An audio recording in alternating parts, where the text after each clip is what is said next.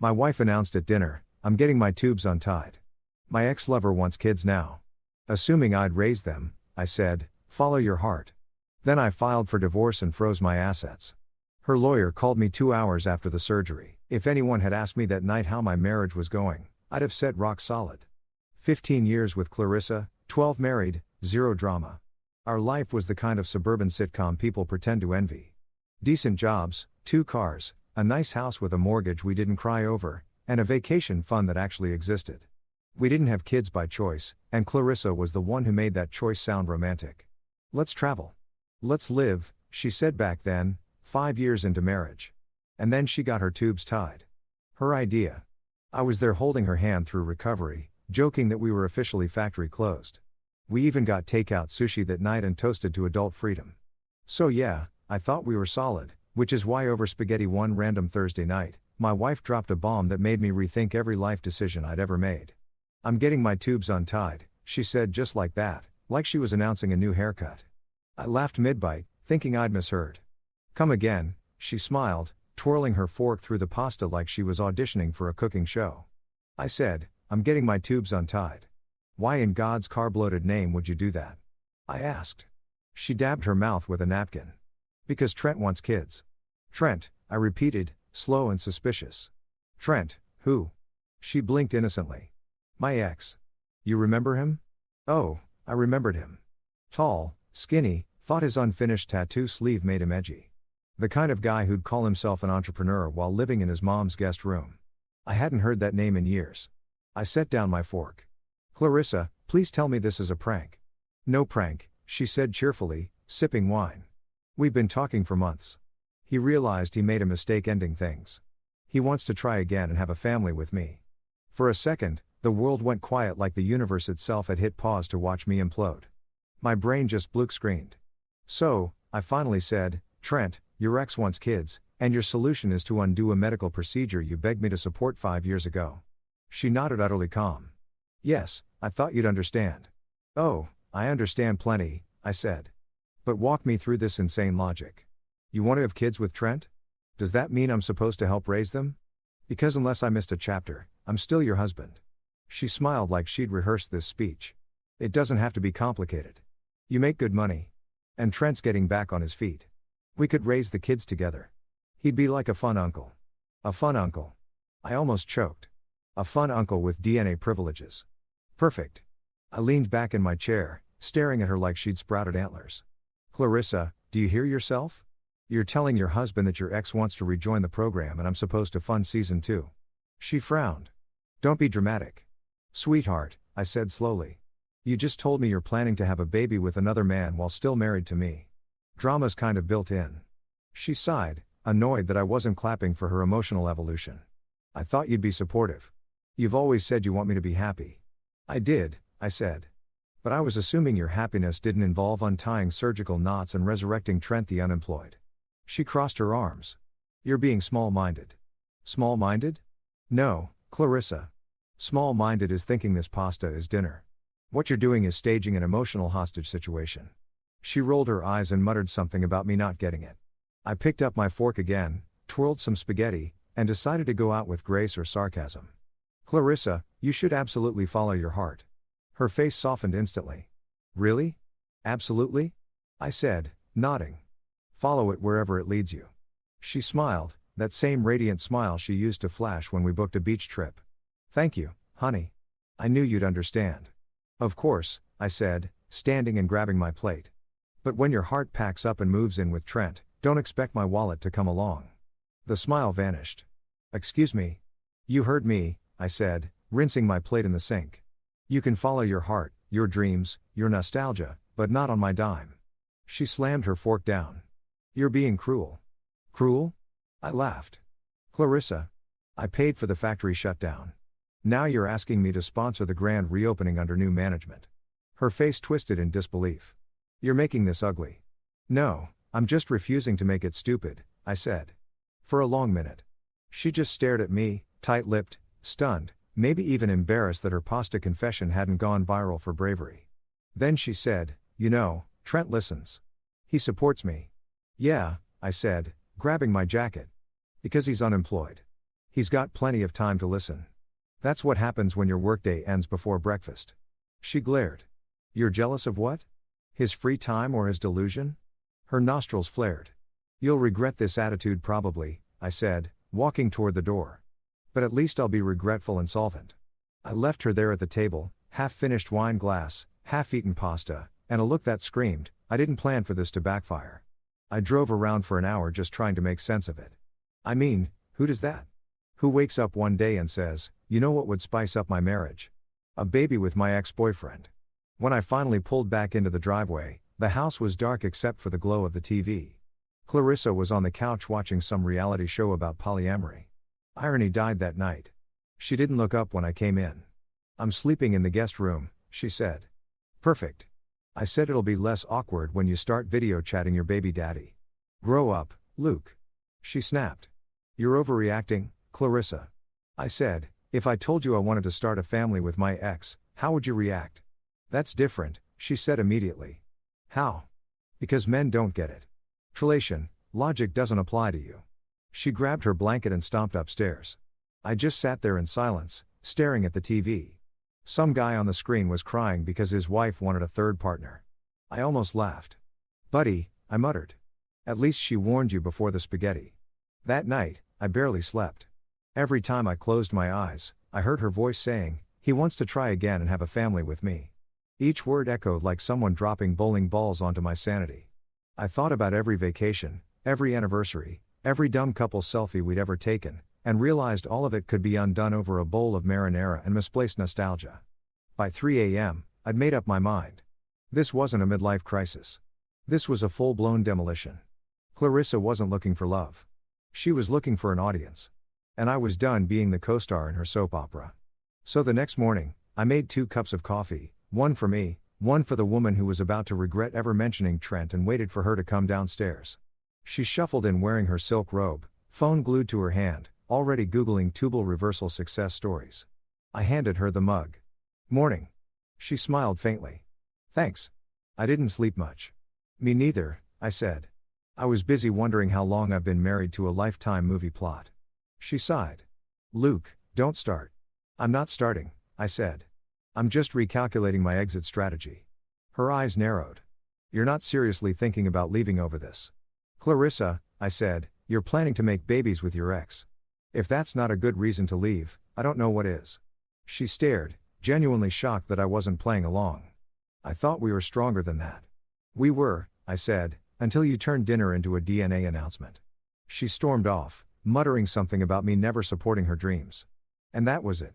The switch flipped. The woman who once argued about Netflix shows was now fighting for the right to get impregnated by a man who probably still thought Bitcoin was a personality trait.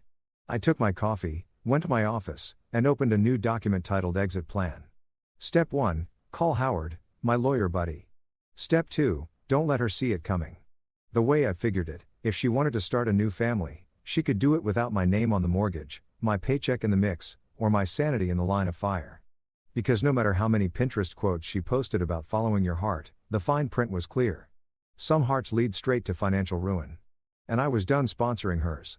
The next morning smelled like betrayal and burnt toast. Clarissa was in the kitchen, laptop open, typing away like a woman on a mission. I didn't need to look over her shoulder to know what she was doing.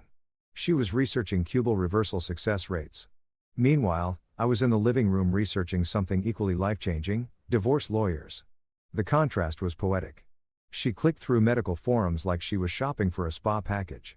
This one says 80% success rate if the clips are removed cleanly, she announced like she'd just discovered the cure for cancer. Good for you, I said, sipping my coffee. Just make sure you find a model that accepts emotional insurance because I'm out. Clarissa didn't laugh. She was too busy taking notes.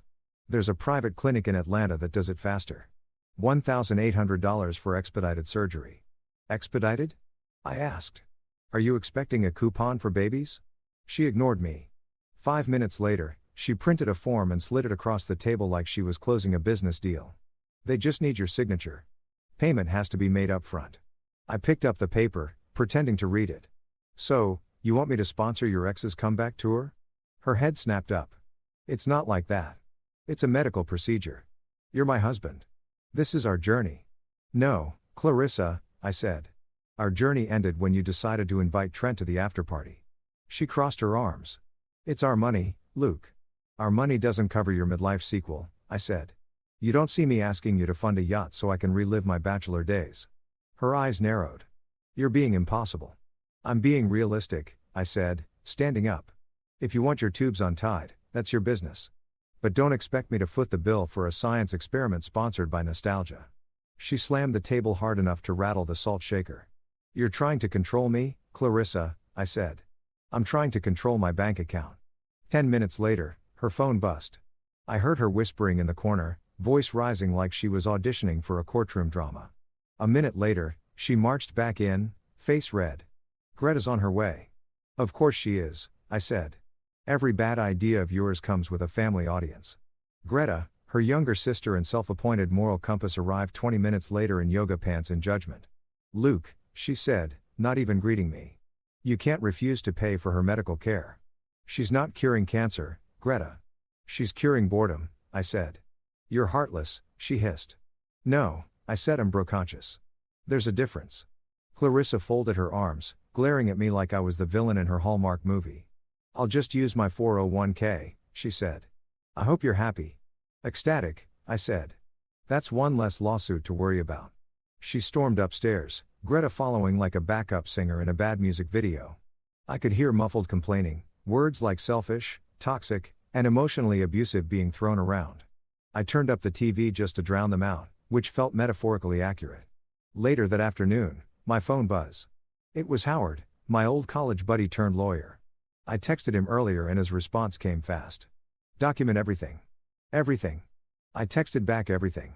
He repeated. No face-to-face fights. Keep it in writing. Crazy writes its own evidence. I grinned.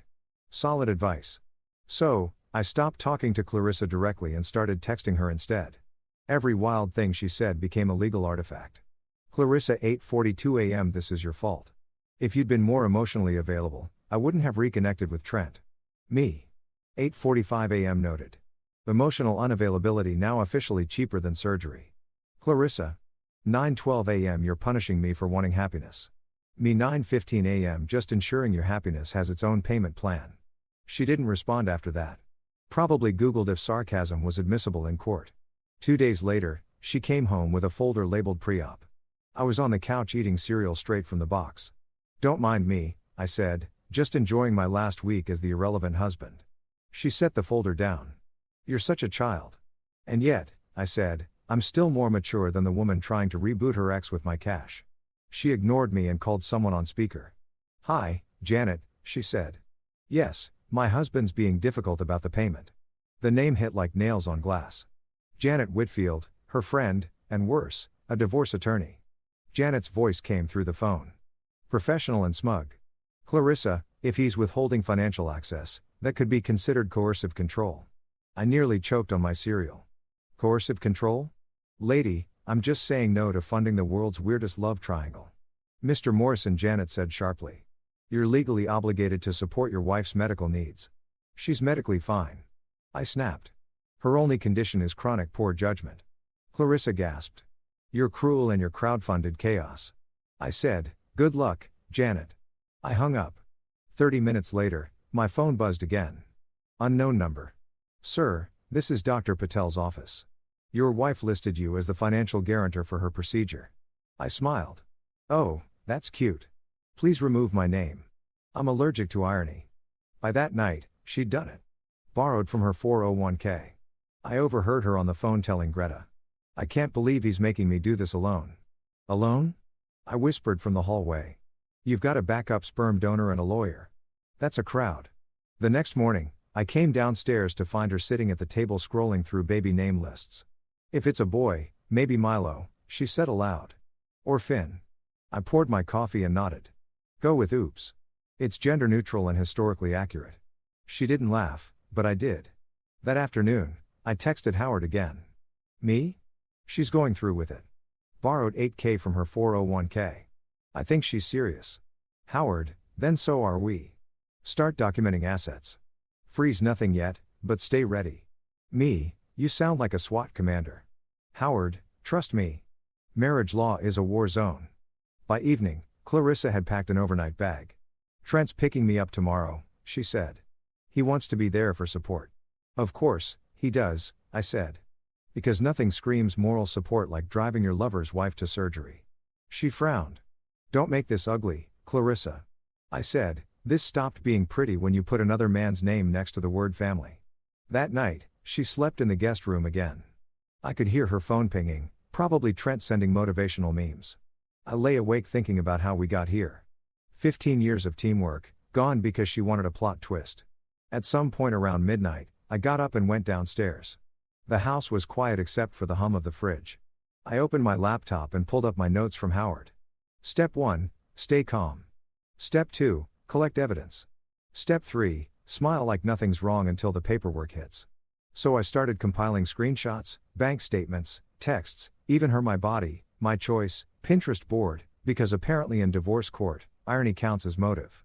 The next morning, she came down humming like a woman heading to brunch. Not to reverse 5 years of reproductive decisions. She had a glow that made me suspicious. It wasn't joy, it was delusion. Wish me luck, she said. Good luck, I replied. Try not to confuse the doctor by mentioning Trent mid-surgery. She rolled her eyes and left with her suitcase. 5 minutes later, I called Howard. She's on her way. Perfect, he said. You ready to move? Move? File today. You'll have the upper hand while she's under anesthesia. Damn, Howard, I said. You make it sound like a heist. He laughed. Marriage law is a heist. The trick is to rob back what's yours. I grinned. Roger that. Before noon, I gathered every document I needed. Marriage certificate, property deed, bank records. I texted Clarissa one last time. Me, good luck with your surgery. Don't worry about the bills. You're officially independent now. Then I drove to Howard's office. He already had the paperwork printed, neatly stacked with tabs like a war plan. Sign here, he said. I signed. My hand didn't even shake. Congratulations, Howard said, shaking mine. You're about to become the proud owner of peace and probable revenge. I walked out of his office feeling lighter. Clarissa was probably in a recovery bed right then, dreaming of motherhood and Trent broke promises while I was dreaming of financial freedom in a silent house. When I got home, I poured myself a drink, toasted to my lawyer, and started mentally preparing for round 2 because something told me Clarissa wasn't done yet. She never was. Sure enough, my phone buzzed 2 hours later. Unknown number, I answered. Mr. Morrison, this is Janet Whitfield again, came that smug tone. You froze the joint account while Clarissa was in surgery. Yes, I said cheerfully. Timing's poetic, don't you think? That's financial abuse, she barked. No, I said. That's asset protection. Google it. Then I hung up. It was the first time in weeks I'd smiled without guilt. For the first time since the spaghetti showdown, I felt in control. Clarissa could chase her second chance with Trent all she wanted, but I was done funding reruns. The surgery might have reversed her tubes, but I just reversed the power. Friday morning dawned brighter than it had any right to be. Birds chirped, coffee smelled like optimism, and Clarissa was humming in the kitchen as if she hadn't just detonated our marriage with a scalpel and an ex-boyfriend. I sat at the dining table sipping my coffee, half expecting a film crew to jump out and tell me this was all a reality show experiment on emotional endurance. She was packing an overnight bag, carefully folding clothes into perfect delusional squares. Trent's picking me up in an hour, she said in that voice women use when they think they're announcing a royal engagement. He wants to be there for support. Support? I asked. From what? Carpal tunnel. It's a surgery, not a Broadway debut. She shot me a sharp look. You don't have to be sarcastic. This is a beautiful thing creating life. Beautiful, I said, stirring my coffee like a car crash in slow motion. She sighed, zipping up her bag. I know this is hard for you to understand. Oh, believe me, I said. I get it perfectly.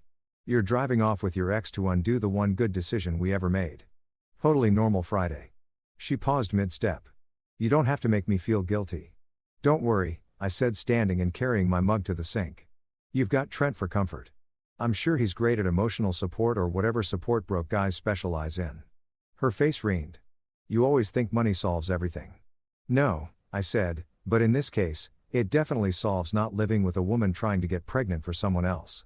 She didn't reply. Just huffed and looked at her watch like she was late for an appointment with logic. Then the honk came. A weak embarrassing sound from outside.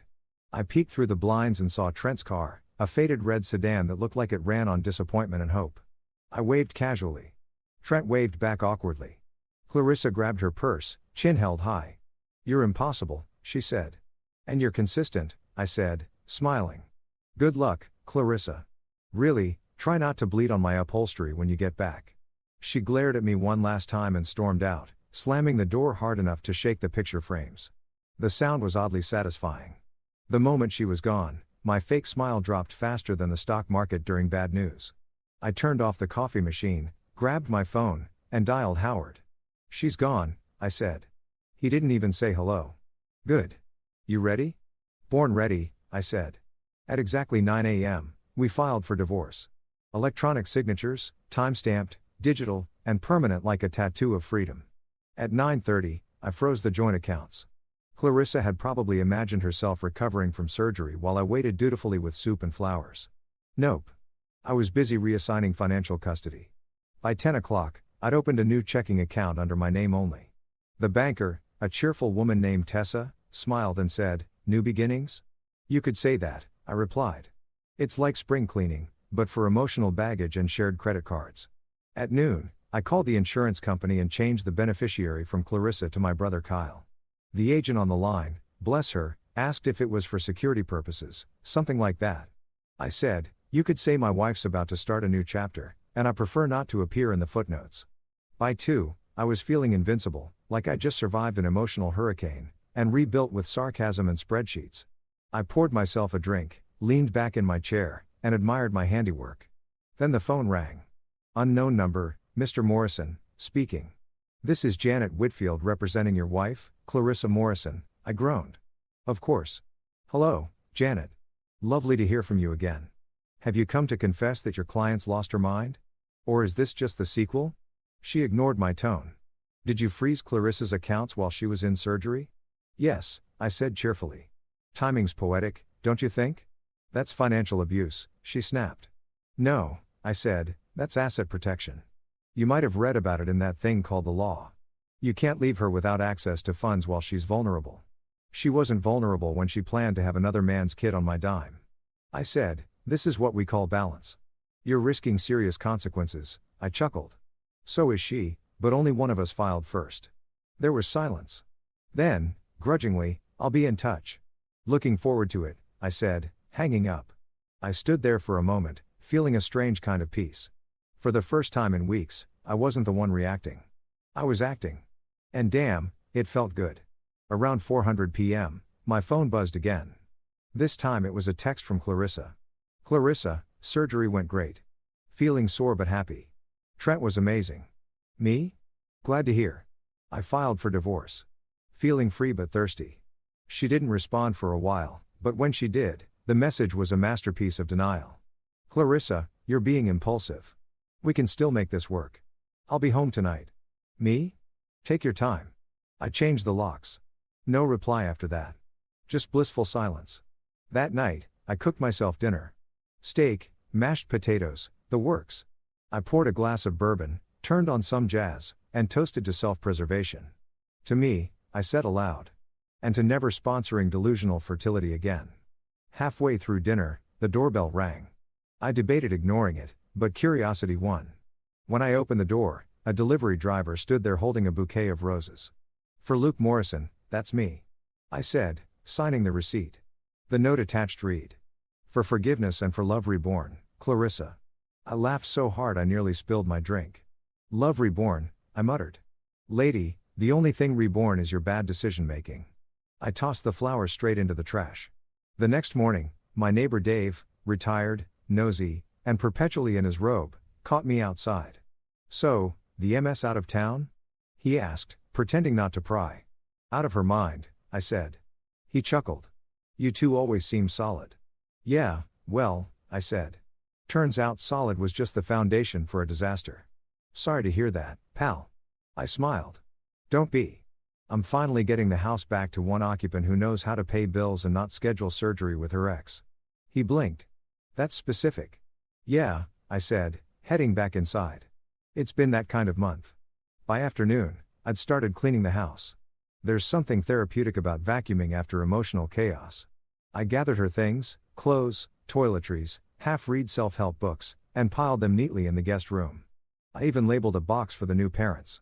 Then, I sat down, opened my laptop, and started updating passwords, email, streaming services, even the thermostat. I wasn't about to let Trent enjoy my Netflix subscription on movie night. Around 7:00 p.m., my phone buzzed again. "Howard, how'd it go?" he asked. "Smooth," I said. "Filed, froze, changed, secured." He whistled. "You work faster than my paralegals." "I work better under betrayal pressure," I said. He chuckled. "Well, keep your cool. She's going to explode when she gets home." "Oh, I'm counting on it," I said. "Let her rage. The papers are signed and the accounts are locked. The emotional part's over now, it's just math." He laughed. "That's the spirit." After I hung up, I sat in silence for a while, just listening to the hum of my empty house. It was peaceful, weirdly peaceful. No perfume clouds, no passive-aggressive sighs, no background soundtrack of You Never Listen. I realized then how much noise one person can bring into a life and how good it feels when that noise finally stops. Then around midnight, my phone pinged one more time. "Clarissa, I can't believe you do this while I was in surgery." "Me?" Timing's poetic. "Remember, Clarissa? I trusted you." "Me? You trusted me to pay for your ex's baby. That's on you." She didn't reply. Just sent a single broken heart emoji an hour later. I stared at it for a moment before turning off my phone. For the first time in months, I slept through the night without waking up angry or anxious. The calm had finally come. Not the kind born of peace talks or reconciliation, but the kind that follows after you detonate the bridge and watch the dust settle from the other side. And tomorrow, when she'd come home expecting sympathy and an open wallet, she'd find papers on the counter instead. Because sometimes the only way to stop the bomb is to detonate it yourself first. 3 days. That's how long it took for Clarissa to return. Sore, furious, and dramatically limping like she'd just survived a war instead of a reversible surgery. I was in the living room, feet on the coffee table, watching reruns of The Office when the front door burst open like a bad soap opera entrance. She stood there clutching her overnight bag in one hand and a bouquet of pity flowers in the other. "You froze our accounts," she shouted. "Good evening to you, too," I said, not looking away from the TV. "How's the uterus?" Her jaw dropped. "You think this is funny?" "Oh, absolutely not," I said, muting the show. "This is hilarious. You left for surgery with your ex-boyfriend, and now you're shocked that I didn't fund your romantic medical adventure. Shocking twist. You said follow your heart," she yelled, setting the flowers on the counter so violently they lost half their petals. "I did," I said, turning toward her with the calmness of a man who's already filed paperwork. "And you did." "I'm just following mine straight to the bank." She looked at me like I'd slapped her with an IRS notice. "You filed for divorce?" I smiled. "Filed, froze, secured. You know the trifecta," she stared, trembling. "You monster." "Monster," I repeated, standing up. "Clarissa, I'm not the one who decided to start a maternity project with a man who thinks an oil change is a metaphor for personal growth." She glared. "I can't believe you do this to me when I'm in pain." "Correction, I didn't do this to you," I said. "You did this to yourself with Trent's help and a scalpel." She pointed at the fridge. "My card didn't work at the clinic cafeteria. I had to borrow cash from Trent." "Good," I said, pouring myself a drink. "Consider it a test run for how life will look after this." Her face twisted with disbelief. "You're enjoying this?" "I'm enjoying clarity," I said. "It's refreshing to finally see what I married and to know I can fix it with a few legal documents and a new lock." She stomped over to me. Every step fueled by painkillers and audacity. "You'll regret this. I'll make sure everyone knows what you've done." "Perfect," I said, raising my glass. "Tell them I refuse to bankroll your fertility road trip. Maybe they'll start a GoFundMe. Help Clarissa chase nostalgia." Her lip quivered. "I loved you." "Yeah," I said softly. Past tense. Love doesn't come with a referral bonus for exes. She grabbed her purse and stormed into the kitchen. I thought she was leaving again, but no. She opened the freezer, saw the divorce papers sitting neatly on the counter beside a note that said, "For your review," and screamed like I'd candled Christmas. "What is this?" She shrieked, waving the papers like confetti. "Legal closure," I said. "Pairs well with betrayal. You can't do this." "I already did." Her eyes darted to the clock like she expected a cavalry. I didn't have to wait long to find out who she'd called. 30 minutes later, my doorbell rang and there stood the cavalry. Greta, her sister, Betty, her mother, and of course, Trent, Wearing sunglasses indoors because apparently embarrassment has UV sensitivity. I leaned against the doorway, grinning. Oh, good. The circus is here. Betty wasted no time. You're heartless, Luke. She's just had surgery. I nodded solemnly. And yet somehow she found the strength to drag her ex and half her family over here to lecture me. Greta chimed in. You froze her money while she was under anesthesia. That's called financial anesthesia. I said, very effective for emotional leeches. Trent stepped forward all puffed up like a dollar store superhero. Look, man, I get this is weird. Weird? I said, Trent, you tried to rekindle romance with a married woman and let her pay for the surgery out of her retirement fund. Weird doesn't cover it. He raised his hands. I just want peace, bro. Bro, I said, taking a step closer. You couldn't afford peace if it was on clearance. He flinched. Betty gasped. Clarissa stomped her foot. You're such a child, and yet, I said, I'm still the only adult in this room with a financial plan. Greta crossed her arms. She deserves support. She has it, I said. Trent's moral and emotional support are worth at least. Oh, wait. Nothing. Trent tried to speak again, but I cut him off. Trent, sit down. You're using more oxygen than you can afford. Even Betty snorted before catching herself. Clarissa screamed, stop humiliating him. I smiled. Oh, I'm not humiliating him. Life's been doing that for years. Trent straightened his sunglasses, mumbling. You think you're better than me? No, Trent, I said. I know I am. The evidence is right there in your 2006 Honda. That one landed hard. He shut up. Clarissa burst into tears. Dramatic as ever. I can't believe you're all laughing. I just had surgery. Then sit down. I said, you shouldn't be lifting your dignity this soon after anesthesia. Greta huffed. You're cruel. I'm practical. I said, you all came here thinking you could guilt me into funding her bad life decisions. Not happening. Betty's eyes narrowed. You'll die alone, Luke Morrison. I raised my glass again. Better alone than bankrupt Betty. That did it. They stormed out one by one. Clarissa last, sniffling, muttering about karma, promising I'd see what it feels like. When the door slammed shut, I exhaled the kind of breath you don't realize you've been holding for months. The house was silent again, peaceful. I picked up the divorce papers she'd left on the counter. Her tears had smudged part of the ink. I smiled, grabbed a pen, and circled the date at the top. Memorable Friday, I muttered, marking the day I dodged generational stupidity. Later that night, I texted Howard. Me? She came home, brought the entire cast of Bad Decisions. The reunion. Howard, did they sign anything? Me? No, but I got verbal confirmation that Trent's broke and Betty's delusional. Howard, document it. I laughed out loud. Howard, you're the kind of friend everyone needs during a marital apocalypse. Saturday morning, I woke up to 20 missed calls from Clarissa. I ignored them. Then she switched tactics and started posting online. Her Facebook status read, sometimes the person you thought would protect you turns out to be the villain. #new beginnings #healing journey. I replied with a like. Petty? Sure. Worth it? Absolutely. By noon, the neighborhood grapevine was buzzing. Mrs. Thompson from across the street stopped me while I was taking out the trash. Everything okay with you and Clarissa, dear? Just fine, I said smiling. She's pursuing creative projects. Oh, yeah, I said, unwriting history and rewriting her ovaries. Her mouth fell open. I walked away before she could process it. That evening, I decided to celebrate my regained independence.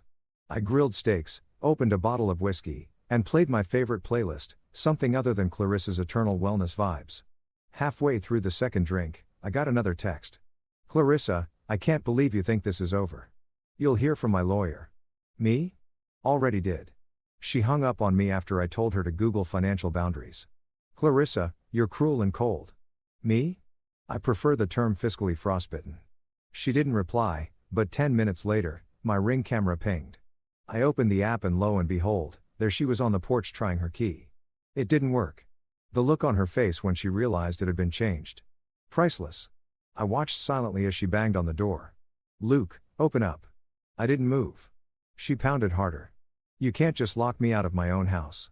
Correction, I muttered to myself. My house bought before marriage, titled under my name and blessed by Judge Common Sense. Finally, she gave up and stormed off. 15 minutes later, Greta posted on Instagram, some men show their true colors when you're at your weakest. Hashtag family hashtag justice for Clarissa. Howard texted me the screenshot before I could even see it. She's going public, he wrote. Me? Good. Every comment is a free character witness for my defense. And I was right. The post blew up, but not in her favor. Her cousin Marcy commented, "Wait, didn't she cheat on him with that barista guy years ago?" Someone else replied, "And now she's with her ex again." Yikes. By midnight, the post was deleted. I slept like a baby. Sunday morning, I woke up to quiet sunlight, strong coffee, and the realization that the worst part was over. No more late-night arguments. No more passive-aggressive notes about the laundry. No more living with someone who thought chaos was character development. Just me, my house, and my freedom. I looked at the empty chair across from mine, where she used to sit during breakfast, tapping her phone, and pretending to listen. And for the first time, that silence didn't sting. It felt earned because when Clarissa followed her heart, she thought she was chasing love. But what she didn't realize was that I'd already followed mine right out of her story. And damn, it was the best trip I ever took. Monday morning started the way all modern disasters begin, with a notification ping. I was still in bed halfway through a dream involving peace and bacon when my phone buzzed like it owed me a rant. I blinked at the screen and saw the words that strike fear into any man's heart. Clarissa Morrison has posted a new status. Great. My ex-to-be had gone public. I clicked it because of course I did. There it was. A long self-righteous paragraph framed by pastel emojis and enough hashtags to choke a marketing intern. Some men can't handle when a woman chooses her own path. Hashtag mabody me choice, hashtag healing after toxicity, hash brave not broken. Underneath were comments from her personal fan club, mostly yoga friends, old coworkers, and that one aunt who calls everything inspirational. The comment section was a war zone of misplaced sympathy. Stay strong, sis. Flexed biceps, medium skin tone, sparkling heart. You're glowing through the pain. Men never appreciate a queen. I was about to scroll past when I saw a familiar name pop up in the thread. My friend Tony, nicknamed Teeth, because his smile could blind satellites. Teeth commented, "Didn't her path lead back to Trent the unemployed?" Faced with tears of joy, asking for a friend, I laughed so hard I spilled my coffee. It was like watching someone set off fireworks in a yoga studio. Within minutes, Clarissa deleted the post. Guess enlightenment has limits when it comes to being roasted online. By noon, I figured I was in the clear. That's when my lawyer buddy Howard called, cackling. "You've gone viral on the family law forums." He said, "What?" He sent me a screenshot. Apparently, Clarissa's divorce attorney, Janet Whitfield, had filed an emergency petition for temporary spousal support. Translation: Clarissa wanted money for a life, she torched herself. She's demanding alimony, the house, and future child support, Howard said between laughs. Future? What? I said. She's not even pregnant. Yeah, he said, chuckling. That's a first for me. She wants financial support for hypothetical children she plans to have with another man. I might frame this petition. I rub my temples. Please tell me the judge will laugh her out of the courtroom. Oh, we're definitely getting a reaction, Howard said. Pack popcorn. The hearing was scheduled for Friday, but in true Clarissa fashion, she couldn't wait that long. Wednesday morning, she showed up at mediation with Trent in tow. I almost didn't recognize him. He'd clearly dressed for the part, wearing a wrinkled blazer, 2 sizes too big, and sneakers that had lost the will to live. Clarissa, meanwhile, strutted in like a martyr, her outfit screaming, "Respect me," while her expression whispered, "Pity me." The mediator, a weary man named Mr. Hoffman, who looked like he'd seen every brand of marital stupidity, sighed before we even started. "All right, folks," he said. "Let's try to reach a civil resolution." Clarissa folded her arms. "There's nothing civil about abandonment." I leaned back. "Clarissa, you weren't abandoned. You left emotionally months ago, physically last week, and financially the day you let Trent drive you to surgery." Trent cleared his throat. "That's not fair, bro. We're all human. We make mistakes. Speak for yourself." I said, "I make spreadsheets, not mistakes." The mediator held up a hand. "Mr. Morrison, let's stay focused. Mrs. Morrison, you're seeking spousal support and partial ownership of the marital home, correct?" "Yes," she said. "Shinhai. I sacrificed years supporting him while he built his career." I laughed out loud. "You mean the years you spent binge-watching reality TV and calling it emotional labor?" She glared. "I kept our home." "Yeah, like Airbnb." Guests came. Chaos followed. Nothing stayed clean. The mediator sighed. "Mr. Morrison, Please. Fine, I said, crossing my arms. Let's get to the child support part. Who exactly am I supposed to be supporting? Clarissa smiled like a magician, revealing her trick. My future children, the mediator blinked. I'm sorry. I plan to have children with Trent, she said proudly, patting his hand. And I'll need help financially while I recover and adjust. The room fell silent. Even the clock on the wall paused out of disbelief. Finally, the mediator said, Mrs. Morrison, are you suggesting your current husband pay for your future children with another man? She nodded. It's only fair. I helped Luke build his life. He can help me start mine. The mediator looked at me, then at Howard, then back at her like he was trying to confirm this wasn't a prank. Then perhaps, he said slowly. Mr. Garrison, he glanced at Trent, should support you. Trent, bless his confused soul, said, my art isn't about money. Howard nearly spit his coffee. Neither is my patience, I said. The mediator stood up, rubbed his forehead, and muttered, we're adjourned. I walked out of that building feeling like I'd just survived a master class in lunacy. Clarissa stormed past me to the parking lot, hissing, you think this is funny? Yes, I said. Tragically funny, like a clown car on fire. Trent jogged after her, mumbling something about energy alignment. I watched them go, shaking my head. Somewhere, Karma was taking notes. The next morning, Clarissa posted again. Apparently, she hadn't learned from the last digital fiasco. This time, she uploaded a selfie with Trent, her arm in his, captioned, Love always wins. #fresh starts #new journeys. The comment section was brutal. Someone wrote, didn't she just have surgery last week? Another said, isn't that her married name still? Heath dropped another gem. She should # future alimony payments. It got 200 likes in 10 minutes. Clarissa deleted that one, too. Later that afternoon, she tried calling me twice. I let it go to voicemail. When I finally listened, she was crying. Luke, she said, voice cracking. You don't have to make this cruel. You know, I've always loved you. I just want to be a mother. I sighed for a moment. I almost felt sorry for her, almost.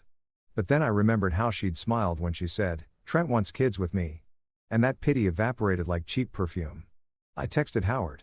Me. She's playing the sympathy card. Howard, classic move. Stay quiet. Don't text her back. Me. Already didn't. Howard. Good. Let her dig her own hole. She's using Facebook as a shovel. By evening, my phone buzzed again. A new number. I picked up Luke Morrison speaking. This is Channel 9 News. We're running a segment on unconventional divorce cases. Would you be open to an interview? I blinked. You're kidding. Not at all. The reporter said, we found the filing fascinating, especially the clause about child support for unborn children from another relationship. It's quite groundbreaking. I grinned. Groundbreaking? Sure. Like a meteor hitting a trailer park. They laughed. So, can we quote you on that? Absolutely not, I said, hanging up. Still, I couldn't help chuckling. Clarissa had wanted to go viral for empowerment. Instead, she'd become a headline for delusion. The next day, I took a walk downtown, grabbed a latte, and scrolled through my phone. My feed was peaceful. No cryptic subtweets, no dramatic photo-oots, just blissful digital silence. Then, as if summoned by irony, my phone pinged again. Message from Clarissa. Clarissa, you think you've won, but you'll regret humiliating me. Me? No humiliation needed. You did all the heavy lifting. She didn't respond. Probably drafting another #manifesto. That night, I met Howard for drinks. He raised his glass. To you, Luke, the first man in legal history to dodge paying alimony for imaginary babies. I clinkied his glass to progress. We laughed, talked about old college days, and toasted to self-preservation. As I drove home later, the street lights blurred in my rear-view mirror. And for the first time in months, I felt light, untethered, like I'd escaped a cult I didn't realize I joined. I pulled into my driveway, the porch light flickering like a quiet applause, and thought about all the ridiculousness of the last few weeks, the Facebook posts, the hashtags, the courtroom circus. And somehow, amid the chaos, it hit me. Clarissa had given me the best gift ever, perspective. Because sometimes the line between love story and lawsuit is just one hashtag away and I wasn't about to get tagged again. If karma ever gave out medals, Clarissa would have taken gold in bad timing. Monday morning, I was halfway through a breakfast burrito when my phone buzzed with a text that read, "You changed the locks." I almost choked laughing. Of course I did, I typed back. "You changed the husband. Seemed fair. 5 minutes later, a car pulled into the driveway. Her car. Then a second one. Trent's rusty Honda Civic followed right behind, dragging its muffler like it was ashamed to be there. I didn't even flinch. I just sat on the porch with my coffee like I was hosting a live episode of The Real Ex-Wives of Suburbia. Clarissa got out first, dramatic as ever, wearing sunglasses the size of dinner plates, one arm wrapped in a brace like she'd just escaped a car crash. "You can't lock me out of my house," she yelled. I sipped my coffee. Correction, my house. Bought it before the wedding, paid every mortgage payment, and legally it's mine. You just contributed emotional chaos and scented candles. Trent got out next, puffing his chest like he thought he was auditioning for cops. "You heard her, bro. Let her in." "Trent," I said calmly. "You don't even have the right to be on my property. Technically, I could charge you for loitering and making bad life choices." Clarissa scoffed. "We'll see about that." And she wasn't kidding. She dialed 911 right there on the lawn like it was her personal customer service line. "Hello? Yes. My husband locked me out of my marital home. Yes, I live here. He's being emotionally abusive." I nearly choked. Emotionally abusive. I made coffee and ignored you. That's called self-care. 10 minutes later, a patrol car rolled up. 2 officers stepped out. The kind of guys who looked like they'd seen every brand of domestic circus imaginable. One of them glanced between us and sighed, already tired. "All right, folks. What's going on?" Clarissa launched into her story like a contestant on America's Got Lies. "He froze my accounts. He changed the locks. And now he's trying to leave me homeless." The officer turned to me. "Sir, is that true?" "Mostly," I said, "except the homeless part. She's got a new boyfriend right there. He can house her in his art studio or whatever magical treehouse broke people live in." Trent tried to speak, but the officer raised a hand. "Sir, please, one at a time." I handed over my folder, the deed, the prenup, and Howard's note with sole property, highlighted like divine scripture. "Here's the ownership, premarital asset. Lock for my safety after repeated harassment." The officer flipped through the papers, nodded, and turned to her. "Ma'am, this looks pretty clear. This isn't a criminal issue. It's civil. You'll need to take it up in court." Clarissa's face twisted. "You mean he can just keep me out?" "Yes, ma'am," the officer said. "For now?" "Yes," I smirked. "Would you like me to print you a copy of the keyhole for reference?" Trent muttered. "You think this is funny?" "I think it's educational," I said. "Welcome to adult consequences." Clarissa stomped her foot like a toddler denied ice cream. "You'll regret this." "Maybe," I said. "But at least I'll regret it from inside my house." As they drove off, I called Howard. "Round 1-1. She brought the cops." He laughed. "Let me guess. Officer told her it's civil." "Word for word." I said they even looked like they wanted popcorn. "Good. Now file for exclusive residence." "Done yesterday." I said, waiting for the hearing. "Well," Howard said, "she'll probably retaliate." And oh, did she? That evening, I came home from work to find a bright yellow notice taped to my door. "Temporary restraining order, pending hearing." I burst out laughing so hard the mailman across the street stared. I took a photo and texted Howard. "Called it." He replied, "Don't panic. They hand those out like candy." "What's she claiming?" I scanned the fine print. "Says I threatened her maternal destiny." There was a full 30 seconds of silence before his reply. "What the hell does that even mean?" "No idea," I said. "Maybe she's trying to trademark the phrase," he sighed. "Don't worry, we'll squash it." 2 days later, we were in court. Clarissa showed up in a maternity dress. Not pregnant, just dramatic. Trent was beside her in another one of his creative professional outfits, meaning the same wrinkled blazer and paint-stained jeans. The judge, an older woman who looked like she'd rather be golfing, stared at the paperwork for a full minute before saying, "Mrs. Morrison, are you currently expecting a child?" Clarissa beamed. "Not yet, but hopefully soon." The judge blinked. "With Mr. Morrison?" Clarissa's face lit up with that tragic optimism she was famous for. "With Mr. Garrison?" The judge slowly removed her glasses. "Then you can expect elsewhere." I swear I heard Angel sing. Howard leaned over and whispered, "Game set. House." The judge continued, "Restraining order denied. Exclusive residence granted to Mr. Morrison. Mrs. Morrison, you are ordered to vacate immediately and refrain from returning until further proceedings." Clarissa gasped. "He manipulated the system." "Ma'am," the judge said flatly. "The system's fine.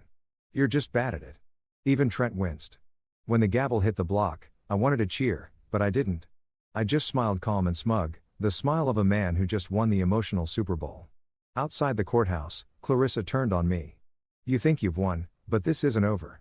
Oh, it's very over. I said, you can't even pick a court outfit without delusion.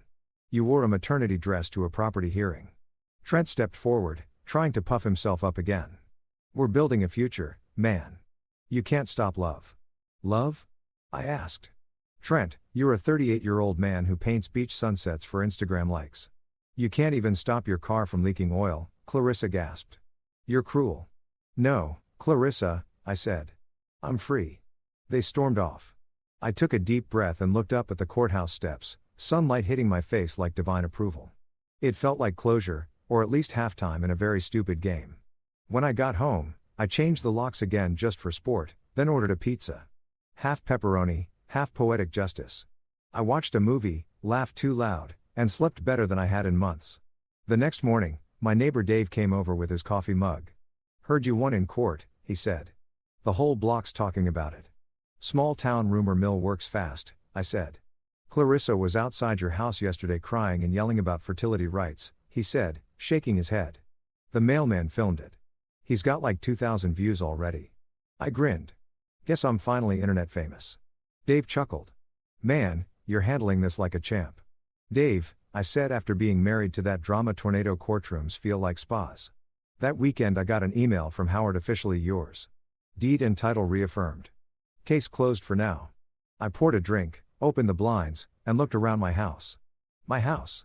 No emotional landmines, no background sighs, no toxic optimism, just quiet. But quiet never lasts. Monday morning, there was a knock at the door. I opened it to find Trent again. This time, holding a cardboard box. What is it now? I asked. He shifted awkwardly. Clarissa wanted me to get her stuff. I raised an eyebrow. Let me guess. She's too emotionally fragile to face the locks she doesn't own, he shrugged. I don't want to get in the middle, bro. Too late, I said, and handed him a neatly packed box I'd already prepared labeled Clarissa's bad decisions. He took it, confused. What's in it? Her leftover mail, some hair products, and a few unfinished dreams. He frowned. That's messed up, man. No, I said, closing the door. That's closure. Behind the door, I heard him mumble, weird, dude. Before his car sputtered away. I laughed. Weird or not? I was winning. And every win tasted like peace. Friday morning began with the soundtrack of chaos, honking cars, distant shouting, and the unmistakable voice of my soon-to-be ex-wife yelling about rights she didn't have. I took a long sip of coffee, savoring the calm before the inevitable circus. The movers were scheduled for 8 a.m., but Clarissa apparently decided to make it a spectator event. At 7:45, the parade arrived. Her sister Greta's SUV pulled in first, followed by their mother Betty's ancient minivan. And because the universe has a dark sense of humor, Trent's sad little Civic bringing up the rear, duct tape holding his bumper together like an emotional metaphor. Clarissa hopped out of the front seat, waving her hands dramatically. We're here to collect my belongings, she announced as if I were supposed to salute. I nodded. Perfect. The boxes are ready by the door. Try not to take anything that belongs to reality. Betty stepped forward, holding her purse like a shield. You can't talk to her that way. She's been through trauma. Trauma, I said, raising an eyebrow. She had elective surgery and a delusional boyfriend. She's not a war veteran. Greta gasped. You're heartless. No, I said, I'm healed. There's a difference. That's when I revealed my secret weapon. 2 off-duty cops I'd hired for the day standing on the porch sipping coffee. Officer Reynolds and Officer Jenkins. Good guys, no nonsense and definitely not in the mood for dramatics. Reynolds nodded politely. Morning, ma'am. We're just here to keep things civil. Clarissa blinked. See, civil? You called the police. I shrugged. You called them last time. I figured I'd return the favor, but with snacks and supervision. Trent, ever the self-proclaimed peacemaker, stepped forward. Listen, man. Let's not make this hostile. We just want her stuff. Then let's do this quickly. I said, there's a pizza place 2 blocks down that delivers common sense. Maybe stop there on your way home. Greta rolled her eyes. We'll start with the TV. Reynolds cleared his throat. Ma'am, the TV is on the husband's property inventory. Clarissa pouted. We picked it together. Yeah, I said at Best Buy with my debit card. I even remember the day she wanted the one with the voice control because she said she was tired of pressing buttons. Funny how that became a theme in this marriage. Greta muttered. Wow. Petty, much petty. I said, no, Greta. Petty is me labeling her boxes Bad Decisions Volume 1 to 3. That got a snort from Jenkins. Even Reynolds cracked a smile. Clarissa pointed to my grandmother's antique dining set next. That's mine, too. I held up a receipt. Bought it at Grandma's estate sale with my money. But I helped pick it, she cried. So what? You also picked Trent, and I'm not claiming him. Trent started to say something, but stopped when Reynolds gave him a look that said, don't. Then came the real showdown, Clarissa's jewelry box. She lifted it like it was a trophy. These were anniversary gifts, she said triumphantly. Correct, I said. Gifts from me to you. Enjoy them. That's called closure. She blinked, confused. You're letting me keep something? Sure, I said. I'm not cruel.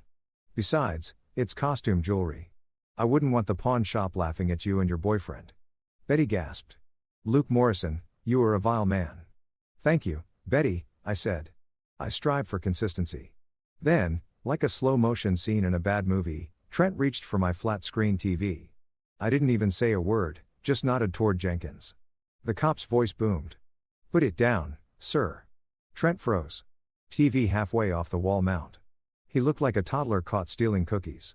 I was just helping. Help by breathing less. I said. He obeyed, instantly setting it back. Clarissa whirled on me. You think you've won, don't you? Oh, I know I have, I said. You're the one moving out of a paid-off house into a borrowed apartment with a guy whose biggest investment is in vape pans. Greta muttered. You'll die alone. I smiled, probably, but surrounded by peace, good credit, and no Facebook posts with hashtags. Betty wiped fake tears. How can you be so cold? She's your wife. Correction, I said. She was my tax deduction. Big difference. Clarissa's face went red. You'll regret this when I rebuild my life. I raised my cup of coffee. Clarissa, if your life comes with a warranty, please make sure Trent reads the fine print this time. That's when she cracked. Full meltdown, she stomped. She cried. She even threw one of her scarves dramatically into the air. It fluttered down onto my porch like the flag of defeat. Reynolds sighed, taking notes. Ma'am, please calm down. He stole my future. She screamed. I crossed my arms. I didn't steal it. I just stopped financing it. Trent tried again because apparently he never learns. Look, man. We don't want drama.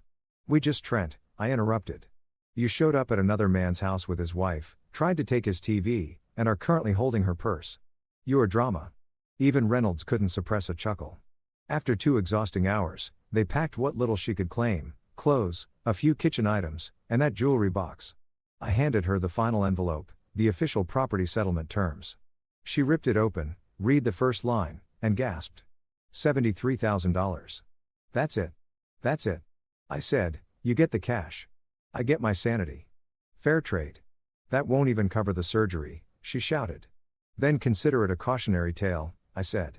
She glared at me, tears streaming down her face. You're a terrible man, Luke Morrison. Maybe, I said. But I'm a free one. When the last box hit the backseat of Greta's car, I leaned against the porch railing and exhaled. Well, I said to Reynolds and Jenkins. Gentlemen, I appreciate the crowd control. Reynolds nodded. Seen worse. At least no one threw a shoe. Give it time, I said. And as if on cue, Betty hurled a heel toward me from the driveway. It missed by a mile, clattering harmlessly against the walkway. Jenkins laughed. You called that? I know my audience, I said. Finally, the cars rolled away, leaving a trail of exhaust and misplaced confidence.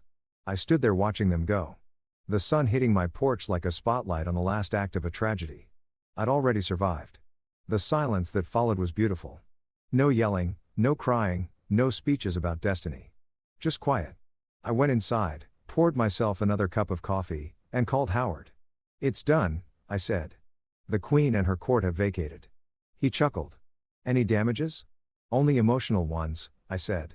And those are covered by bourbon. Good man, he said. Now enjoy the peace before she finds a new hobby. My bet's on blogging about empowerment or suing yoga studios, I said. Wouldn't surprise me. When I hung up, I turned on my reclaimed flat screen. The reflection in the dark glass caught me off guard. Same guy, just lighter, like someone had peeled off 15 years of passive-aggressive guilt. I toasted my reflection with my coffee mug. To peace, I said aloud and to the end of the circus. But just as I sat down, my phone buzzed again. A text from an unknown number. "You're going to regret treating her like this. She deserves better." I smirked. The area code was local. Probably Trent's mother or another volunteer from Clarissa's victim club. I typed back. "She does deserve better. Too bad she picked Trent." And with that, I blocked the number, silenced the phone, and turned back to my movie. For the first time in years, I watched a film from start to finish without hearing someone complain about the plot, the lighting, or how toxic masculinity ruins cinema. It felt like therapy, cheap, effective, and Dramery. By midnight, I was lying in bed, staring at the ceiling, listening to the quiet hum of my freedom. The house felt lighter. The air smelled cleaner. Maybe it was the absence of Clarissa's essential oils. Maybe it was just peace. Either way, it was perfect. And as I drifted off to sleep, one thought kept echoing in my mind. I didn't lose a wife. I lost a liability. 3 days. That's how long it took for Clarissa's new happily ever after to start cracking like cheap foundation. I wasn't surprised. It was only a matter of time before the fairy tale turned into a cautionary podcast. But I didn't expect the first call to come from her sister, Greta, of all people. It was Tuesday evening and I was halfway through my steak when my phone lit up. Greta. Normally, I wouldn't have answered if the house were on fire, but curiosity beat caution. "Luke," she said, voice tight. "Greta," I said, "what an unpleasant surprise." "Don't start," she snapped. Look, they're living with me." I grinned. "You, Clarissa, and Trent, what a sitcom. What's it called?" "Three Losers and a Couch." "Don't be a jerk," she said. "I'm serious. He won't work and she keeps talking about baby names. She's not even pregnant." I nearly choked on my steak. "Oh, this is better than TV. Please go on." "She's losing it," Greta muttered. "She sits around all day watching fertility vlogs and crying.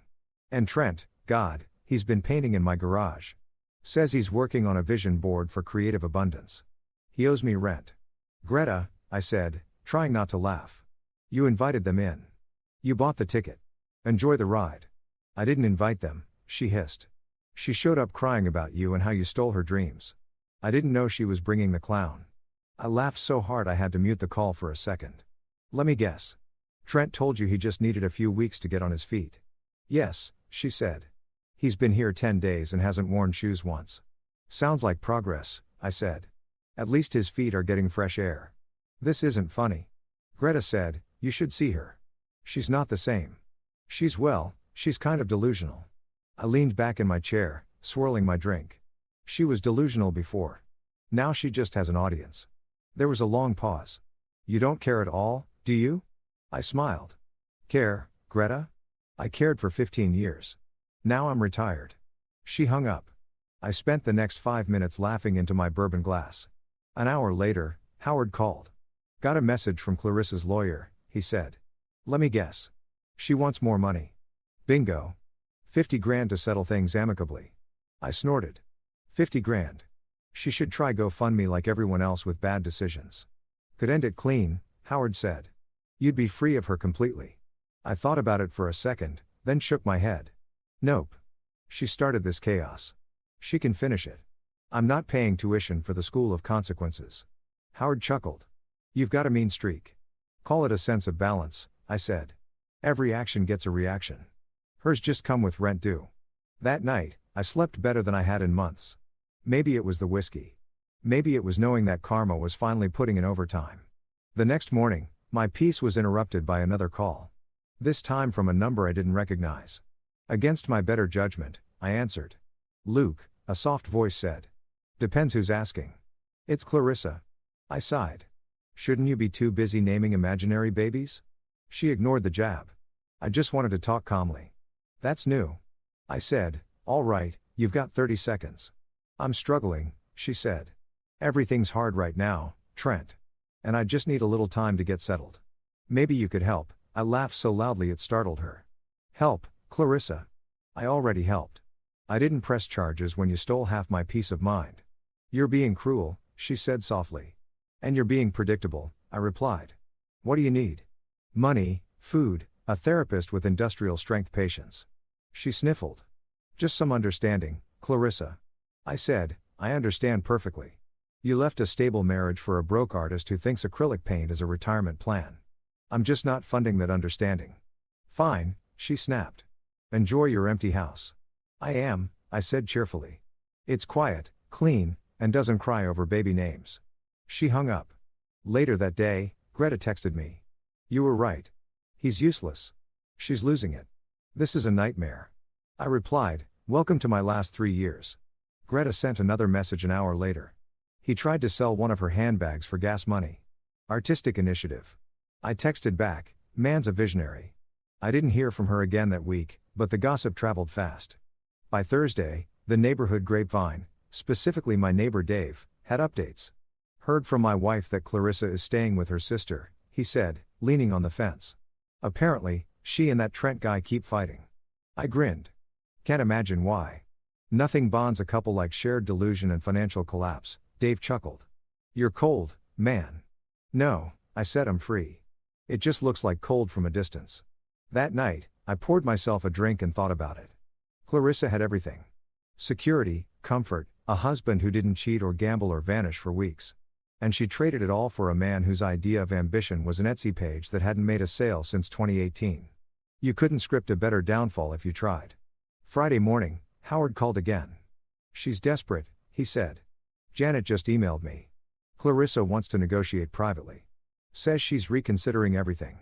I laughed. Translation, Trent asked her to split the electric bill. Want me to schedule a meeting? Sure, I said. But tell her to bring Trent. I want to see what remorse looks like in sandals. The meeting was set for Monday. I spent the weekend polishing the house. Literally. There's no joy like cleaning a home free from chaos. I rearranged the furniture, added a few new photos of friends and family, even replaced the old rug she used to hate. It felt symbolic, every inch reclaimed. When Monday came, I wore my favorite suit and my best smile. They arrived 10 minutes late, looking like they'd lost a fight with reality. Clarissa's hair was messy, her makeup barely hanging on. Trent wore a shirt that said Dreamers Build Tomorrow and sneakers that should have been retired 2 presidents ago. Howard greeted them politely, but I didn't bother pretending. Clarissa, I said. Trent, welcome to adulthood. She frowned. I didn't come here to be insulted. Good, I said. Then this will be quick. Howard handed her the updated settlement terms. No changes. She skimmed them, her face falling. You won't even consider helping me get back on my feet. Clarissa, I said, I paid for 15 years of your stability. You used it to buy chaos. You're on your own 2 feet now. Use them. Trent looked up from his phone. She's been through a lot, man. I grinned. So have I. Differences mine doesn't involve painting motivational quotes on driftwood. Howard coughed, trying not to laugh. Perhaps we should adjourn. We did. Clarissa left in tears. Trent trailing behind like a lost puppy. When the door closed, Howard said, You sure about not taking the deal? 50 grand and it's done. I smiled. I don't negotiate with self-inflicted disasters. He raised his glass of water in mock salute. To the unbothered, to the unaffordable, I corrected. That night, Greta called again. She's back here. He left. I blinked. Left? As in, gone? Greta said took her last $500 and ran off with some yoga instructor from his art class. I burst out laughing. You can't make this up. She's devastated, Greta said. Keeps saying she should have stayed with you. I grinned. Finally, something we agree on. Don't gloat, Greta warned. I'm not gloating, I said. I'm celebrating karma's punctuality. Greta sighed. She wants to talk to you. Tell her to send a postcard, I said, hanging up. Then I poured myself another drink, sat back, and turned on the stereo. Jazz filled the house, smooth and effortless. Outside, the world kept spinning. Chaotic, dramatic, messy. But inside, peace. Pure uninterrupted peace. And I wasn't about to trade it for anything.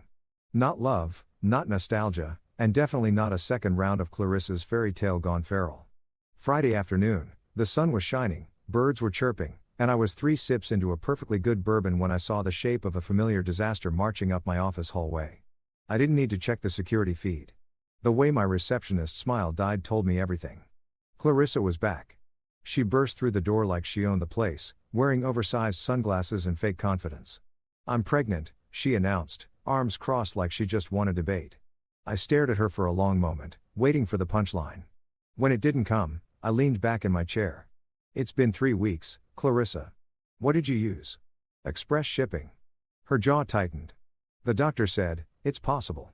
Sure, I said. So is time travel, but I don't see you in a DeLorean. She ignored me. I'm serious, Luke. I'm pregnant and I need your help. I raised an eyebrow. Help? What kind? Emotional, financial, or comedic relief? Because I'm fresh out of the first two. She slammed her purse onto my desk. You're not funny. This is your responsibility, too. I blinked. Mine? Clarissa? We haven't been within 6 feet of each other since the great spaghetti betrayal. I'm not Jesus. I don't do immaculate conceptions. Her voice cracked. You think this is easy for me? Trent left. He couldn't handle the pressure. I smirked. Pressure of what? Paying rent? Holding a job? Basic hygiene? She glared. You're cruel. I'm observant. I said, so, let me get this straight. You had surgery 3 weeks ago. Your boyfriend bailed. And now you're telling me you're pregnant. What's next? Virgin births and crowdfunding. Her lips trembled. The baby's innocent. I nodded slowly. So is my checking account, and I intend to keep it that way. She gasped like she expected me to leap across the desk with a declaration of eternal support. Instead, I poured myself more bourbon. Clarissa sniffled. I thought you'd at least care. Care? I said. You spent months treating me like your financial plan B, Clarissa. Now that plan A is gone, you're suddenly sentimental. She looked down, voice shaking. I made mistakes. I leaned forward. You made a PowerPoint of mistakes. Multiple slides with animations. For a moment, she said nothing. Then she pulled something from her purse. A sonogram photo. I blinked. How the hell? She sniffed. Early scan. I squinted at it. Clarissa, that looks like static. You sure that's not a picture of your self-awareness? Her face hardened. You're impossible. And you're still lying? I said, but hey, thanks for stopping by. My lunch break's over and I've got actual adults to meet with. She didn't move. You can't ignore me forever. I can't, I said. And I'm very good at it. That's when my security guard, Daryl, a 6 feet 4 inches ex-Marine with the patience of a monk, appeared at the door. Everything all right, Mr. Morrison? Just fine, I said. Mrs. Morrison was just leaving. Clarissa's eyes went wide. You're throwing me out. I smiled politely. Technically, Daryl's doing that. I'm just supervising. Luke, please, she cried. Don't do this. Do what? Enforce boundaries. Oh, no. Call Oprah. Daryl held the door open. Ma'am. Clarissa stomped out, muttering something about karma. When she was gone, Daryl grinned. Damn, boss. That was intense. Yeah, I said, finishing my drink. She came in pregnant and left embarrassed. I call that labor pain. He laughed. You want me to block her number again? Already done, I said, tapping my phone. For the rest of the day, I tried to focus on work, but my brain kept replaying the absurdity. Pregnant? 3 weeks post-surgery? Drink on. It sounded less like a relationship and more like a limited-time scam. By evening, I was back home grilling steak on the patio when my phone buzzed again. Unknown number. Against my better judgment, I answered, Luke, it's Greta. Oh, good. I said, tell me it's about the apocalypse and not your sister. She hesitated. Clarissa is saying you humiliated her at your office. I didn't humiliate her. I said she humiliated herself by showing up with a fairy tale pregnancy and an expired soba story. Greta aside, she's not doing well. She won't stop crying. Keeps saying she's scared. I rolled my eyes of what? Reality. She needs help. She needs a time machine. Luke, Greta, listen, I said, cutting her off. I gave that woman 15 years of stability. She traded it for chaos. I'm not swooping in because she finally realized her circus doesn't have a safety net. Greta was quiet for a moment. You've changed. No, I said, I just stopped auditioning for the role of nice guy who gets screwed. She sighed. You really don't care anymore. Not in the way you think. I said, I wish her peace. Preferably far, far away from me. When I hung up, I felt oddly peaceful. Maybe this was what emotional closure looked like. Less dramatic than expected, more satisfying than revenge. But then 2 weeks later, my phone buzzed again. This time it was Greta. The message read, false alarm. Period. I read it twice, then laughed so hard I spilled my drink. Of course, the miracle that wasn't. I forwarded the text to Howard with the caption, "Told you it was nonsense." He replied instantly. "You called it. Woman's writing her own soap opera. It's not even a good one." I texted back. "Low budget, bad acting." That night, I got home to find a letter in my mailbox, handwritten. The envelope smelled faintly like her perfume. Expensive regret and lavender. Against my better judgment, I opened it. "Luke, I'm sorry for everything. I was scared. I wanted to feel wanted again. Trent lied. I made mistakes, but I didn't deserve this much hate. Maybe one day you'll remember the good years, and forgive me, Clarissa." I stared at it for a while. The handwriting was shaky, dramatic loops on every Y, smudges where tears had fallen, or maybe spilled wine. Either way, it felt like a chapter closing. I folded it neatly and slid it into a drawer right beside the divorce decree. Then, I poured a drink, turned on some music, and toasted to irony. "Here's to Clarissa," I said aloud. "May her next miracle come with better math." A few days later, Howard called again. "So, she's dropped the pregnancy story," he said. "Yeah. Apparently, she and biology had creative differences." He chuckled. "Any new drama?" "Not yet," I said. "But give her Wi-Fi and wine, and I'm sure we'll see a Facebook essay soon." We both laughed. The next week, Greta called again, her voice oddly calmer. "She's talking about getting therapy," she said. I nodded to myself. Good. Maybe her next relationship will involve less surgery and more sense. She wanted me to tell you she's sorry. I bet she does. I said, "Tell her I accept from a distance." Maybe you two could. "Greta, if you finish that sentence, I'm blocking you." She sighed. "You're impossible." "I'm peaceful." I corrected. Huge difference. That night, I sat on the porch, bourbon in hand, thinking about how full circle everything had come. Clarissa wanted a new beginning. She got one, just not the fairy tale she imagined. Her miracle had turned into a memo from reality. And for once, I wasn't the punchline. I wasn't angry anymore, not even bitter, just done. The kind of done that comes after a storm when all you can do is look at the wreckage, nod, and say, "Well, that happened." Maybe somewhere down the road she'd actually figure herself out. Maybe she wouldn't. Either way, it wasn't my story anymore. And as far as I was concerned, that was the real miracle. 2 months later, the dust had finally settled. The paperwork was done. The court stamps were dry, and the house no longer echoed with the ghost of Clarissa's complaints about emotional availability or spiritual alignment. What it did echo with, though, was laughter. My laughter, because every time I thought back on the absurdity of it all, I couldn't help but grin. Clarissa walked away with $73,000 and I walked away with my sanity. Honestly, I got the better deal. She thought she'd ruined me, but all she did was renovate my peace. The first morning after the divorce was finalized, I made coffee in a kitchen that finally felt mine again. No scented candles labeled empowerment. No passive-aggressive sticky notes about recycling energy. And no Trent lounging on my couch pretending existential dread counted as a hobby. Just silence, caffeine, and the faint smell of victory. My brother Kyle called that afternoon. "So it's official. You're free." "Free?" I said, pouring bourbon into my coffee just because I could. "Judge signed it. Lawyers toasted it. And the devil collected his client." Kyle laughed. "What's she up to now?" "Still chasing fertility dreams with Picasso the Broke." "Better," I said. "Trent ran off to Costa Rica with her baby fund." He coughed mid-laugh. "You're kidding." "I wish," I said. He took $5,000 and a promise of eternal love, then disappeared faster than her common sense. Kyle whistled. "And what did she do?" "Called me at 2 a.m, I said, sobbing like a telenovela villain. "Said he left me, Luke. He took everything." Kay burst out laughing. "And what did you say?" I told her. Who could have guessed? "Oh, right, me." Then I hung up and went back to sleep. That was 2 weeks ago, and I haven't heard from her since. Well, unless you count the Christmas card she sent last night. The envelope was shiny gold with glitter that looked like it was designed to make my carpet hate me. The front said, "Thinking of better times, maybe new chances." I opened it against my better judgment. Inside was a photo of Clarissa in a Christmas sweater standing beside a sad little tree. No Trent, no Greta, no baby bump, just her and regret, both looking tired. The note read, "Hope you're doing well. I've been reflecting. Maybe someday we can talk again."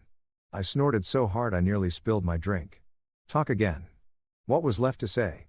"Hey, remember when you tried to crowdfund a pregnancy and got scammed by your soulmate?" I tossed the card into the fireplace. Here's to new chances, I muttered as it burned. A few minutes later, my phone buzzed. Greta, again, don't tell me she's outside, I said. No, Greta sighed. But she still thinks you might take her back. I tried telling her you've moved on, but she says you always had a soft spot for redemption stories. Yeah. I said, in movies, not in mortgages. Greta laughed quietly. She's working part-time at some yoga studio now. Keeps talking about finding herself. Well, I said, I hope she uses a map this time. There was a pause. You know, Luke, I'll give you this. You handled all of this better than most men would have. Greta, I said, after you've been called heartless, controlling, and financially abusive in 1 week. You learn to find humor in it. It's cheaper than therapy. She laughed softly. I guess that's one way to survive. Survive? I said, Greta, I'm thriving. I even got my weekends back. You know how long it's been since I had a Saturday without drama? Probably the honeymoon, she said. Exactly, I said. Now I spend my Saturdays doing what happy people do, nothing. And it's glorious. After we hung up, I poured myself another drink and went to sit on the porch. The sun was setting, gold spilling across the lawn, peace hanging in the air like a promise I'd finally kept to myself. Sometimes I still catch myself replaying moments with her. Not the fights, but the small, stupid ones. The time we tried to assemble IKEA furniture without killing each other. The night she made spaghetti and dropped the sauce, but laughed until she cried. Those moments sting, but only for a second because I remember what came next. The lies, the gaslighting, the absurdity of hearing. I'm getting my tubes untied because my ex wants kids. It's amazing how memory edits itself once you escape the fog. I used to think divorce was failure. But now I see it differently. It's not failure, it's graduation.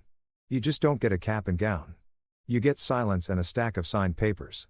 A week later, I ran into someone unexpected at the grocery store. Greta again. Only this time, she wasn't calling. She was shopping, looking exhausted. You won't believe this, she said before I could even say hello. Clarissa is writing a book. I blinked. A book? She says it's a memoir about rebirth and resilience. Working title Untied. I laughed so loud people turned to stare. Tell her to put me in the acknowledgements. Maybe under financial donors. Greta grinned despite herself. You're incurable, just accurate, I said, tossing coffee beans into my cart. Hey, if she publishes it, I might buy a copy. Seriously? Yeah, I said. Be nice to see fiction get the attention it deserves. We both laughed, and for the first time since the whole fiasco began, it didn't feel bitter. It felt finished. By the time I got home, my phone buzzed again, Howard this time. Hey, my guy, he said. Heard you're officially done with the Morrison case. Done, dusted, and delivered.